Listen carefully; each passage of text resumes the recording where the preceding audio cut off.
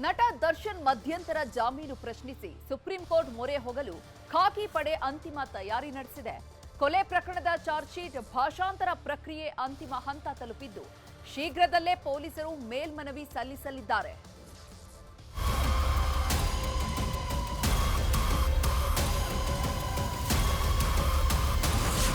ದರ್ಶನ್ ಮಧ್ಯಂತರ ಬೇಲ್ ರದ್ದಾಗುತ್ತಾ? ಮೇಲ್ಮನವಿ ಸಲ್ಲಿಕೆಗೆ ದಾಖಲೆಗಳ ತಯಾರಿ. ಬೆನ್ನು ನೋವಿನ ಕಾರಣದಿಂದ ಮಧ್ಯಂತರ ಜಾಮೀನು ಪಡೆದಿರೋ ಕೊಲೆ ಆರೋಪಿ ದರ್ಶನ್ಗೆ ಬಿಜಿಎಸ್ ಆಸ್ಪತ್ರೆಯಲ್ಲಿ ಚಿಕಿತ್ಸೆ ನಡೆಯುತ್ತಿದೆ. ಇದರ ನಡುವೆ ದರ್ಶನ್ಗೆ ಮತ್ತೊಂದು ಟೆನ್ಷನ್ ಶುರುವಾಗಿದೆ. ಆಪರೇಷನ್ಗಾಗಿ ಜಾಮೀನು ಪಡೆದ ದರ್ಶನ್ ಸದ್ಯ ಫಿಸಿಯೋಥೆರಪಿಗೆ ಫಿಕ್ಸ್ ಆಗಿದ್ದಾರೆ. ಮಧ್ಯಂತರ ಜಾಮೀನು ಅವಧಿ ಮುಗಿಯುತ್ತಾ ಬಂದ್ರು ಇದುವರೆಗೂ ಸರ್ಜರಿ ಡೇಟ್ ಫಿಕ್ಸ್ ಮಾಡಿಲ್ಲ. ಹೀಗಾಗಿ ದರ್ಶನ್ ಬೇಲ್ಗೆ ಕೊಕ್ಕೆ ಹಾಕಲು ಪೊಲೀಸರು ಮುಂದಾಗಿದ್ದಾರೆ. ಇದಕ್ಕಾಗಿ ಸುಪ್ರೀಂ ಮೆಟ್ಟಿಲೇರಲು ಪ್ಲಾನ್ ಮಾಡಿದ್ದು ಮೇಲ್ಮನವಿಗೆ ಅರ್ಜಿ ಹಾಕಲು ಸಿದ್ಧತೆ ಮಾಡಿಕೊಳ್ಳುತ್ತಿದ್ದಾರೆ. ಪೊಲೀಸರಿಂದ ಚಾರ್ಜ್ ಶೀಟ್ ಭಾಷಾಂತರ ಕಾರ್ಯ. ನಟ ದರ್ಶನ್ ಮಧ್ಯಂತರ ಜಾಮೀನು ಪ್ರಶ್ನಿಸಿ ಮೇಲ್ಮನವಿ ಸಲ್ಲಿಸಲು ಪೊಲೀಸರು ರೆಡಿಯಾಗಿದ್ದಾರೆ. ಇದಕ್ಕಾಗಿ ಸ್ವಾಮಿ ಕೊಲೆ ಪ್ರಕರಣದ 3991 ಪುಟಗಳ ಚಾರ್ಜ್ ಶೀಟ್ ಅನ್ನ ಭಾಷಾಂತರ ಮಾಡಲಾಗ್ತಿದೆ. 10 ಸಂಪುಟಗಳ ಚಾರ್ಜ್ ಶೀಟ್ನ 10 ವಾಲ್ಯೂಮ್ಗಳಲ್ಲಿ ಟ್ರಾನ್ಸ್ಲೇಟ್ ಮಾಡಲಾಗ್ತಿದೆ. ಭಾಷಾಂತರ ಪ್ರಕ್ರಿಯೆ ಮುಗಿದ ಕೂಡಲೇ ಮೇಲ್ಮನವಿ ಸಲ್ಲಿಕೆಗೆ ಇನ್ನೂ ಕೆಲವು ಕಾನೂನು ಪ್ರಕ್ರಿಯೆಗಳನ್ನು ಮುಗಿಸಿ ಆನಂತರ ಸುಪ್ರೀಂ ಕೋರ್ಟ್ನಲ್ಲಿ ಸ್ಪೆಷಲ್ ಲೀವ್ ಪಿಟಿಷನ್ ಸಲ್ಲಿಸಲು ಪೊಲೀಸರು ನಿರ್ಧರಿಸಿದ್ದಾರೆ. ಬಹುತೇಕ ಇದೇ ವಾರದಲ್ಲಿ ಪೊಲೀಸರು ಸುಪ್ರೀಂ ಕೋರ್ಟ್ ಮೊರೆ ಹೋಗುವ ಸಾಧ್ಯತೆ ಇದೆ. ಪ್ರಕ್ರಿಯೆ ಜಾರಿಯಲ್ಲಿದೆ. ಆದಷ್ಟು ಶೀಘ್ರದಲ್ಲಿ ನಾವು ಸರ್ವೋಚ್ಚ ನ್ಯಾಯಾಲಯದಲ್ಲಿ ಈ ಒಂದು ಅಪೀಲನ್ನು ನಾವು ದಾಖಲು ಮಾಡ್ತೇವೆ.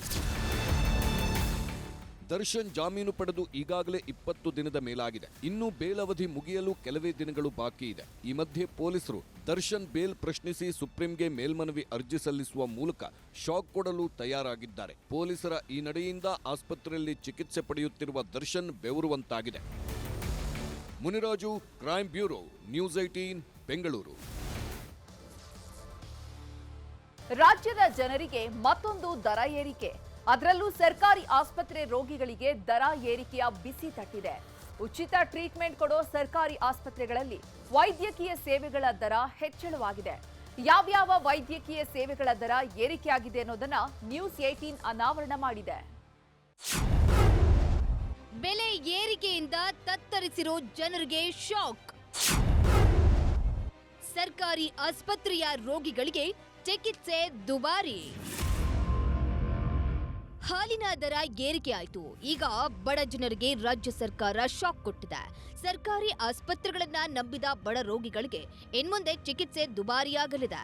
ರಾಜ್ಯದ ಸರ್ಕಾರಿ ಆಸ್ಪತ್ರೆಗಳಲ್ಲಿ ಚಿಕಿತ್ಸೆ ದರವನ್ನ ಏರಿಕೆ ಮಾಡಲಾಗಿದೆ.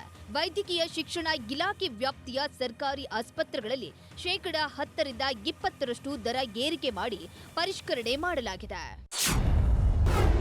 ಬಡ ರೋಗಿಗಳಿಗೆ ಆಧಾರವಾಗಿರುವ ವಿಕ್ಟೋರಿಯಾ ಆಸ್ಪತ್ರೆ, ವಾಣಿ ವಿಲಾಸ್ ಆಸ್ಪತ್ರೆ, ಮಿಂಟೋ ಆಸ್ಪತ್ರೆ, ಸರ್ಕಾರಿ ಸೂಪರ್ ಸ್ಪೆಷಾಲಿಟಿ ಆಸ್ಪತ್ರೆ ಹಾಗೂ ಟ್ರಾಮಾ ಕೇರ್ ಕೇಂದ್ರಗಳಲ್ಲಿ ದರ ಏರಿಕೆ ಮಾಡಲಾಗಿದೆ.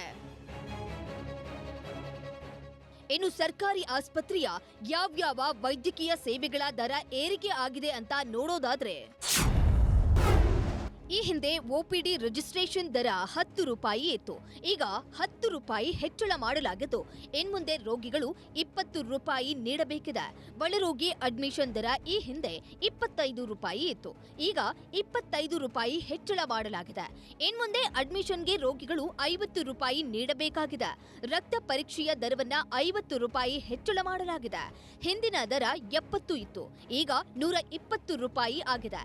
ಇನ್ನು ವಾರ್ಡ್ ಚಾರ್ಜಸ್ ದರವನ್ನ 25 ರೂಪಾಯಿ ಹೆಚ್ಚಳ ಮಾಡಲಾಗಿದೆ.